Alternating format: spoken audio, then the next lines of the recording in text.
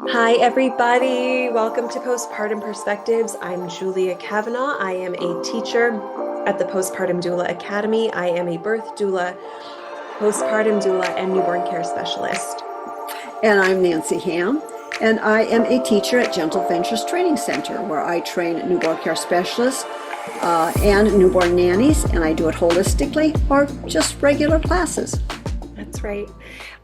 So guys, today we're just having a little discussion chat break away from our norm. This is not as much educational about topics that we normally would go into. This is a little bit different.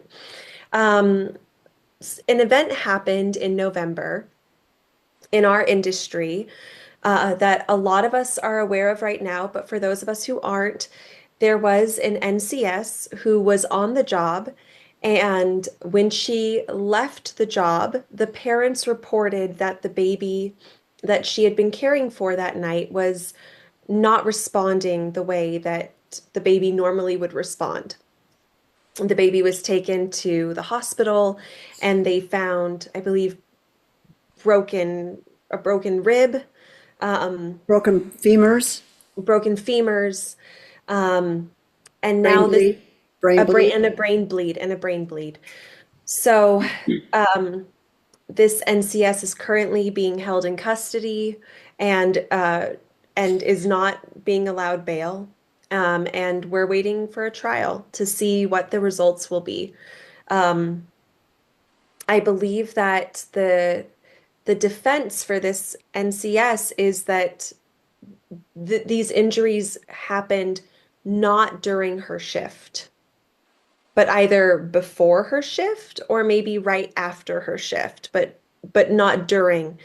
And this brings up a big thing for our industry Mhm. that Nancy and I are here to talk about today, which is, I mean, not only the heartfelt concern for the children out there, like if the mental health of us as NCSs is so important, but really, how do we as NCSs protect ourselves from experiencing this type of situation with any of our clients? So, Nancy, just tell me your thoughts. Go for it. Oh man. Well, my first thought when I heard this was, why didn't she check this baby as soon as she got on the job?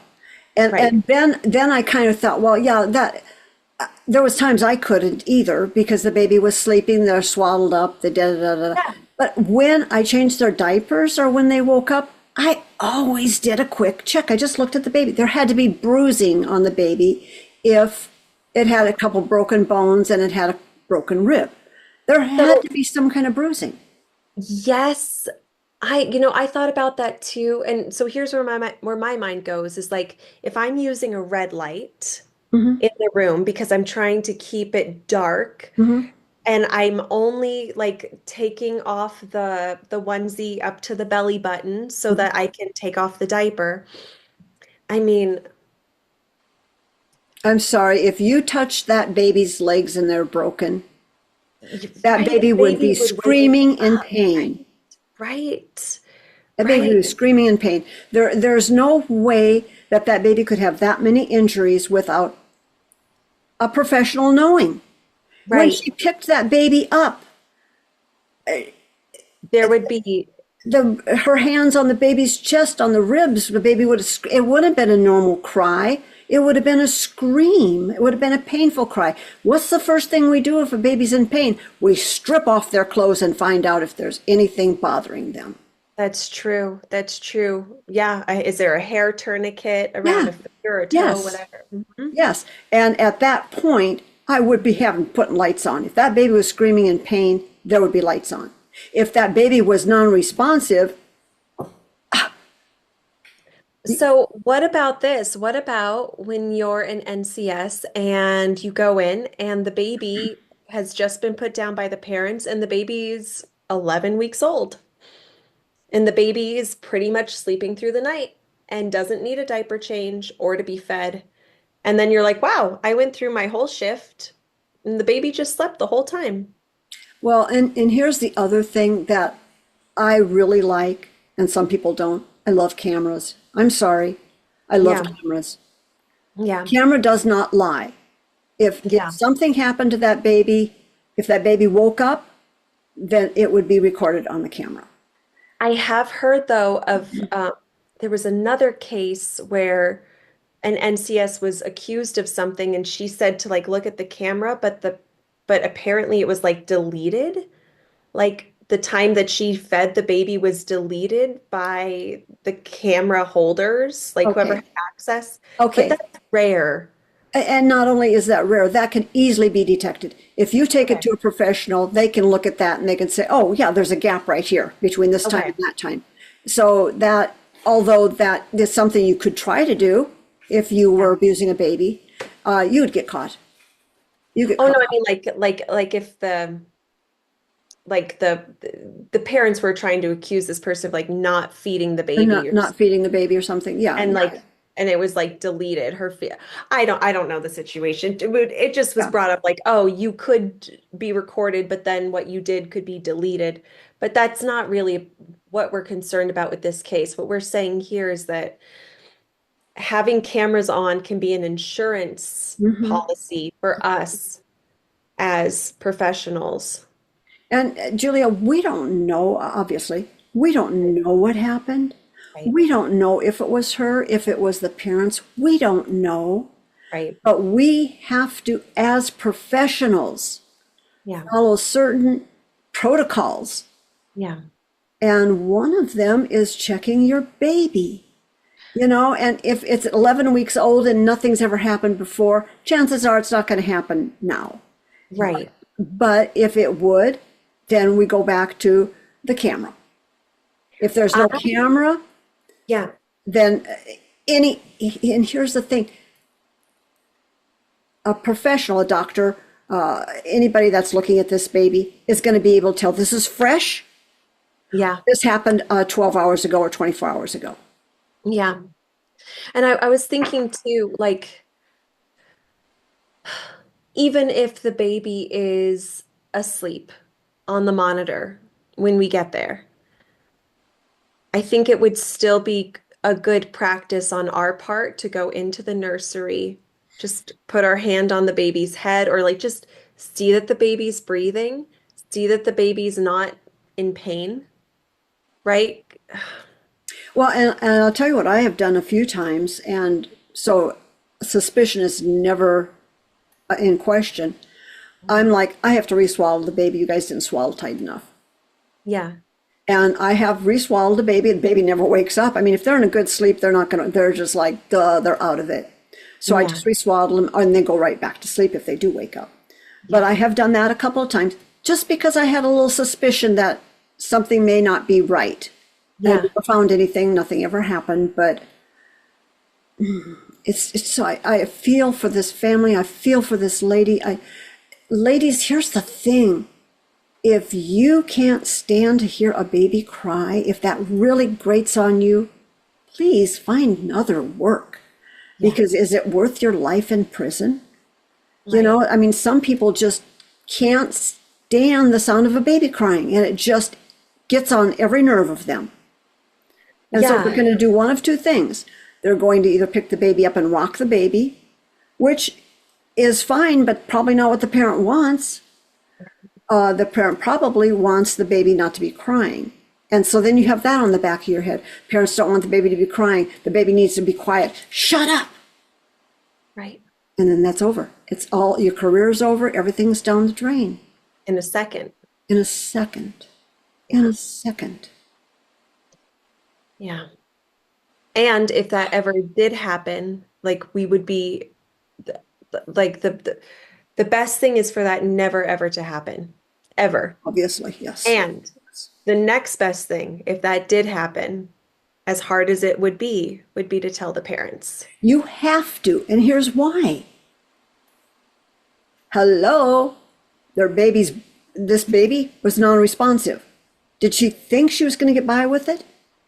Well, okay, We're so just saying if she she's still innocent until proven guilty, right, right? that's what I'm saying. If she did this, if she did this, if you do this, if anybody does this, Do they think they're not going to notice that the baby's non-responsive? Well, and there are different levels of brain injury too, though, right? Like a baby can have shaken baby syndrome, and it can they can still be like responsive, but not as like it can be.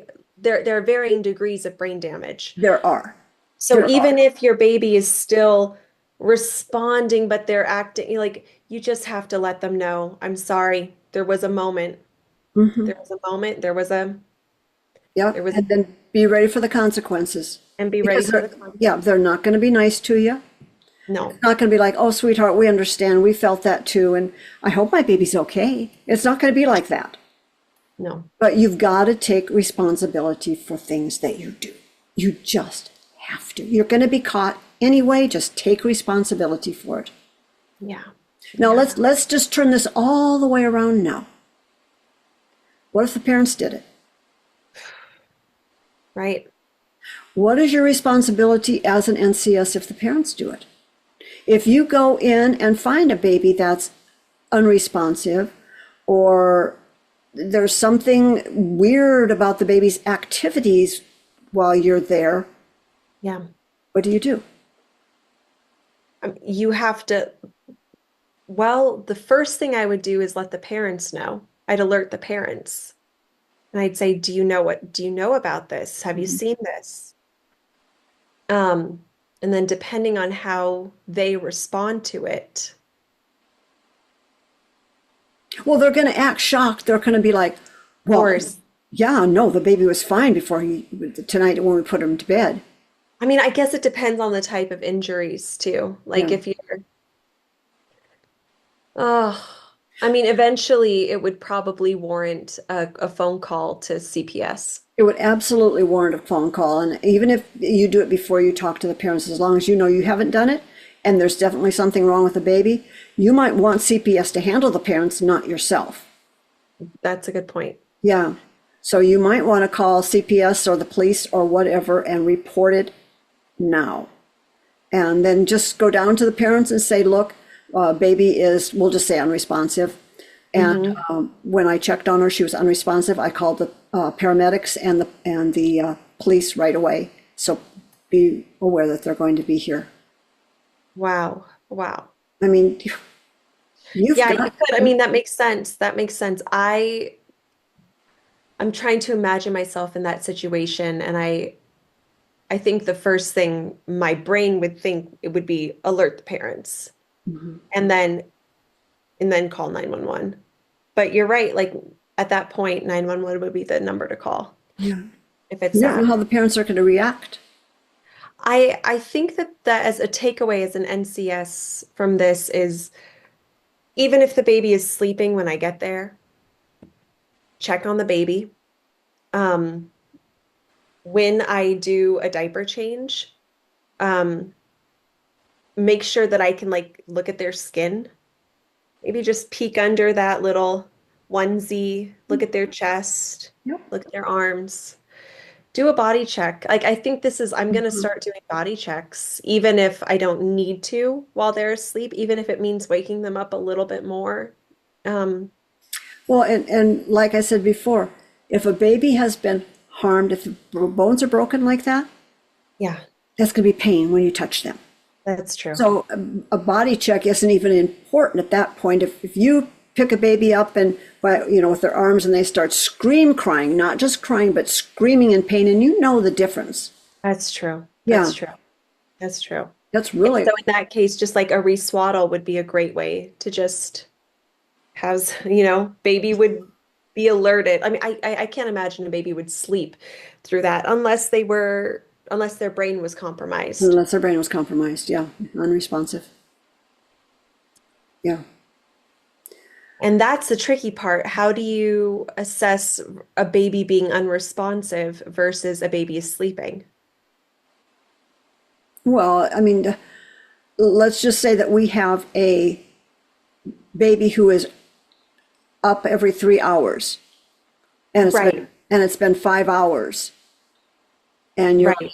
and I know many times I'm like getting out of bed. I think there was something wrong with the baby. Is there something wrong with the baby? Because they're not waking up, so I'll go in and I'll actually jiggle them a little bit. And as Yeah. soon as they do something, I'll say, okay, she's okay, and go back to bed. Yeah. But if they're unresponsive and you go like this and they're unresponsive, that's What when, if it's an older baby? how old? Like a 10 or 11 week old baby? That's sleeping through the night?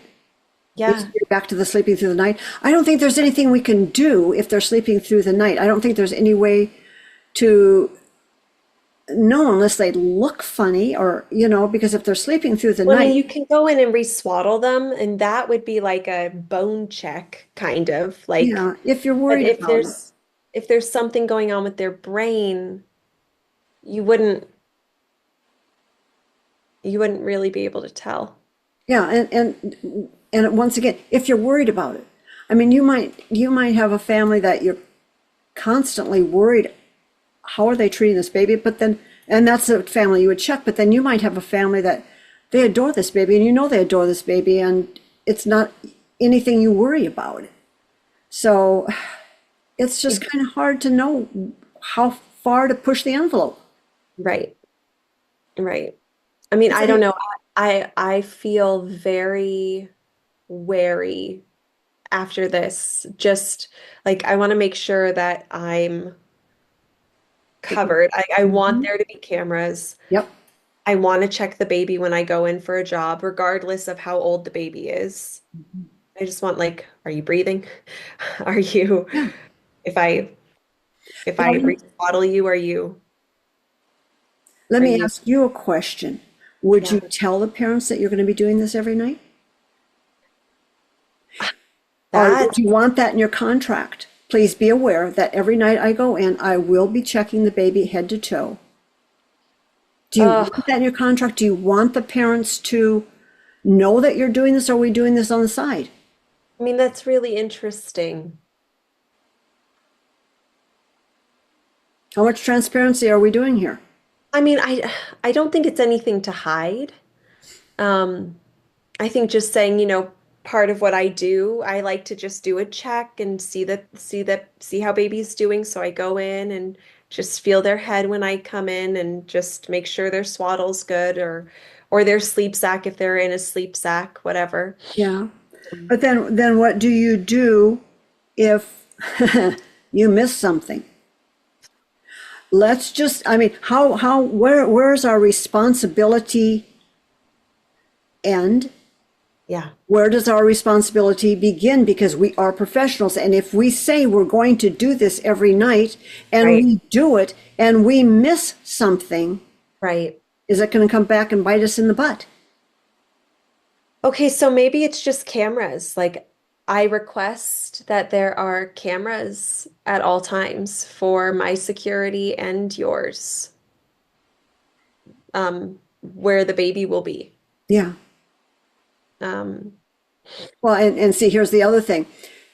Cameras are wonderful, yeah, but like somebody suggested, well, if you don't want to be caught doing something, you just take the baby into the bathroom and give it a couple shakes and then go lay it back down. And then go, right, oh, poor darling, and go lay it back down. And on camera, you're looking good. right. But you moved Yeah. out of the view of the camera. So I guess, I mean, it stinks because as a professional, you want to be able to walk around the room. You want to be able to Yeah. not have to think like, okay, am I facing the camera? Can the camera see how I'm holding this baby? Mm-hmm. Like, I don't want to be performing for a camera. Right. But like, is that where we are? I hope not. I hope not. I hope not. I mean, maybe, and this is rare too. This doesn't happen all the time. This is a one-off instance that I'm aware of. No, I think it happens more than you know. Oh God. Um, I know of cases where babies have been mistreated, not shaken, but yeah, mistreated. The parents have sued, the parents have won, yeah, and these particular people are still doing business because they go to a different state and do business. So it's not, nobody knows. wow. and they just continue to do business. So it's just so scary to me. It's scary to me that we don't have any guidelines. The guidelines isn't what I'm looking. Governing or policing of the NCSs that says that this is a person that, why do we need psychological testing? Maybe. I'm serious. I mean, what's gonna, Maybe. I mean, it's not even for just shaken baby. Yeah. There are NCSs that literally bully their clients, Yeah. and clients are afraid of them. Yeah. And so we need to do something. Somebody needs to do something about that. And I don't know what that is Yeah. yet. I don't. I wish that we could figure out how to do this to make us a really legitimate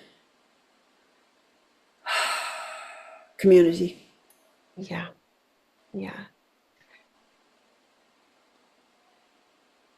I'm gonna start checking my babies, and I think I'm gonna let the parents know that just to make sure that uh I'll let them know the kind of check I'm gonna do too. I'm just like I'm gonna go in and just check on them for like just peek in the room, see that they're doing well in their swaddle, and I'm not gonna say that I'm gonna do a thorough head to toe check because that's gonna wake the baby up, and I don't want to do that in the middle of the Yeah. night.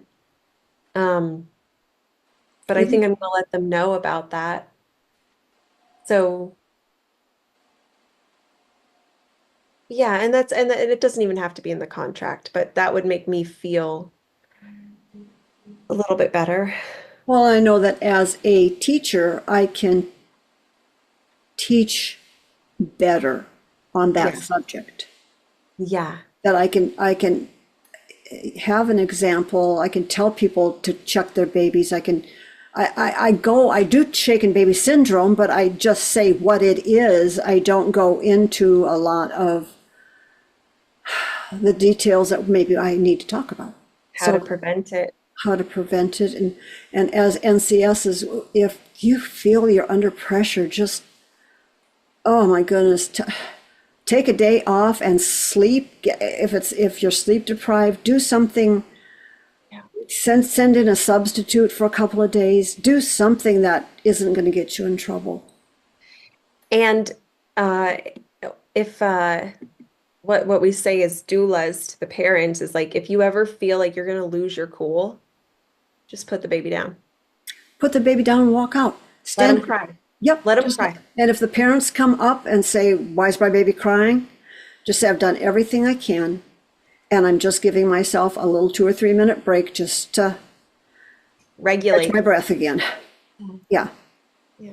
And if they've got a problem with that, well, they can go in and get the baby in. They can deal with it. Yeah. Yeah. Yeah. Yeah. Thank you, Nancy, Oh, for Julia, talking thank you. about That was a this. hard one to do. Yeah. That's a really hard one to do. Yeah, our thoughts are with the family and everyone affected by this and the And the NCS NCS, and especially, I mean, if the she did community. not do this, oh God. If she didn't do this, I mean, this is terrible either way. And So I'm so sorry. I'm so sorry. Okay, guys, I think we're going to end it right here. You have a good day and thanks for listening. And be sure to subscribe and like us. thank you. Bye.